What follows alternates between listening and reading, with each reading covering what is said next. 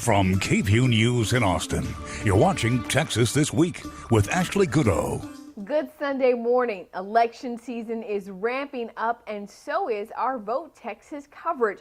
We're bringing you interviews with the candidates to help you make an informed decision in November. But first, let's get to the 3 things you need to know in Texas politics. Tesla is coming to Texas. The electric vehicle manufacturer selected Travis County as the site of its newest gigafactory. The auto assembly plant, the company's largest facility, will be built on more than 2,000 acres off Highway 183 and Harold Green Road, not far from the Austin airport. To run it, Tesla is hiring 5,000 workers. A grim prediction for Texas. State Comptroller Glenn Hager is predicting a budget shortfall for the state to the tune of $4.6 billion for the 2019-2020 biennium. That's the budget cycle we're in now. Back in October, the state's chief financial officer predicted the budget cycle would end with Texas having an extra $2.89 billion. But the COVID-19 pandemic and volatility in oil prices has changed that. A Texas Supreme Court justice's decision to retire from the bench isn't sitting well with Democrats. After 15 years on the state's highest court, Republican Justice Paul Green announced his plans to retire on August 31st, about a week after the deadline to call a special election. That means Governor Greg Abbott will appoint a replacement rather than voters electing a new justice. The November election will be here before you know it. To help you get ready to cast your ballot, we're talking with candidates running for some of the most important races. That includes U.S. Congressional District 10, which stretches all the way from Travis and Bastrop counties to West Houston. Republican Michael McCaul has represented the district in the U.S. House of Representatives since 2005 and is seeking his 9th term. He'll face a familiar opponent. Voters selected Austin attorney Mike Siegel to take him on again this November.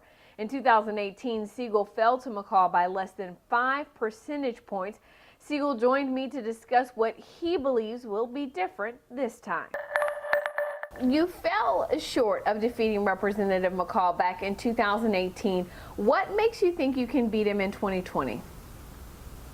Well, we created a tremendous foundation in 2018, turning what was a safe Republican seat into what's now a national battleground race. And so we've continued to work since 2019 in this campaign.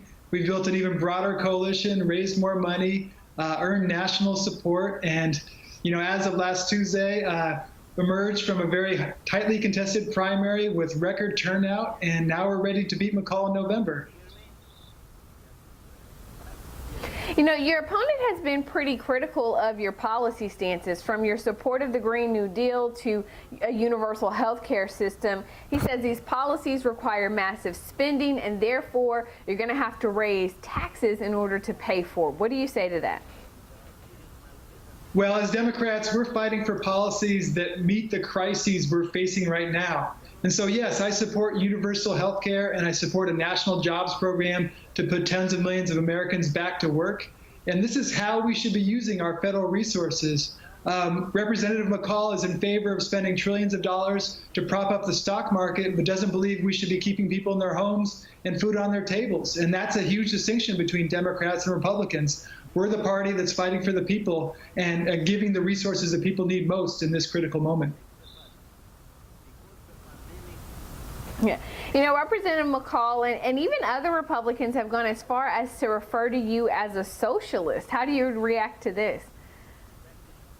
These are the same people that thought Social Security was socialism, that thought Medicare was socialism when LBJ signed it into law. And so really, it's a sign that we're advocating for programs that are popular with the people. As Democrats, we believe in a strong safety net so that everyone has a fair shot at success in this world. And that's all we're asking for right now. We're in a health pandemic. Everyone should have access to a doctor. We have over 40 million unemployed in this country. The federal government should be guaranteeing jobs. And so that's what we're fighting for in this moment right now. When it does come to things like universal health care, like helping with the jobs, those are things that are costly. How would you recommend we go about paying for it? Well, the federal government has the resources it needs to pay for these programs. And it's interesting, Michael McCaul doesn't ask these questions if we're talking about a war or if we're talking about tax cuts for the wealthy. And so really, we're not in danger of inflation. That's the concern with the deficit. This is not an inflationary moment. This is a time when the federal government needs to be making sure that the people on Main Street have the resources they need. And when you give money to the people, working people, they're not saving that money like the ultra wealthy are. They're spending that in their community. So that supports small businesses. That supports an entire ecosystem of families and local community members. And so we need to be putting an influx of federal resources into the community to make sure that people aren't being evicted from their homes, to make sure they can see a doctor, and to make sure everyone has the basics in life. And so to me, that's a clear distinction between Democrats and Republicans in this moment. Are we going to support business as usual, propping up the stock market and Michael McCaul's friends? Or are we going to make sure that the people can survive this terrible moment we're in right now and emerge stronger on the other end? You know, we can't ignore the COVID-19 pandemic that we're in, which is probably going to remain with us until November 2020 and long after, until we get, you know, a vaccine and more ways to treat this virus. What do you feel needs to be done, a top priority coming from the federal government in addressing the pandemic? It's simple. We need to guarantee health care for every American.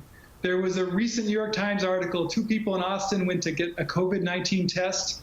One paid cash, was billed $200. The other offered insurance and was billed $6,000. I mean, how obscene is that in this moment when we need to get tested to make sure we're not spreading the virus, that there are these immense barriers to even doing the most basic thing to stop the spread of COVID-19.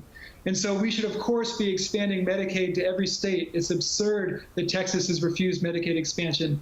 We need to stop the attacks on Obamacare that McCaul himself has supported. He's proudly talked about voting dozens of times to cut Obamacare, the Affordable Care Act. And we need to be making sure that we have a strong federal program to make sure that everyone in this country can see a doctor, can go to a hospital, and can see a specialist when the time comes. If elected to Congress, what will be your top priority?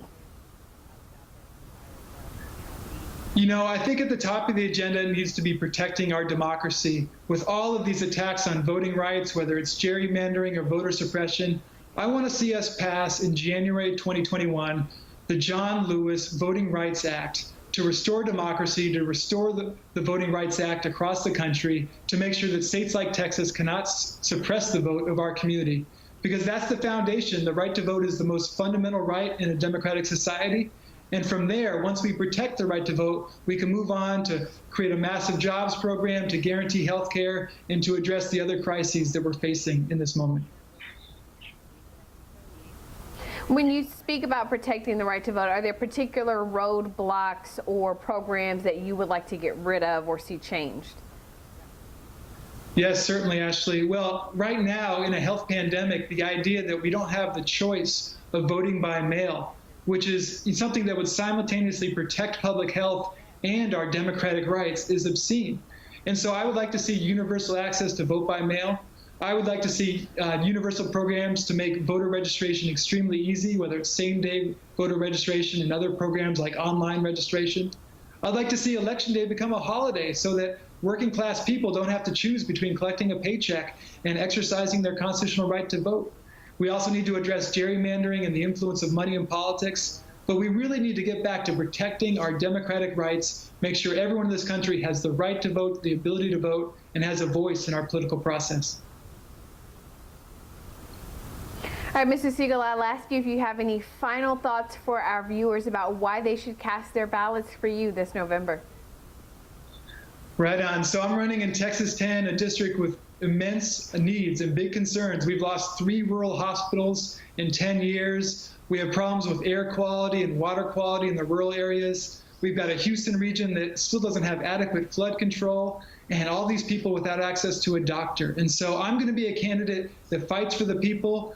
I'm thankful that my 2 opponents in the Democratic primary, Pritesh Gandhi and Shannon Hutchinson, are going to be supporting my campaign.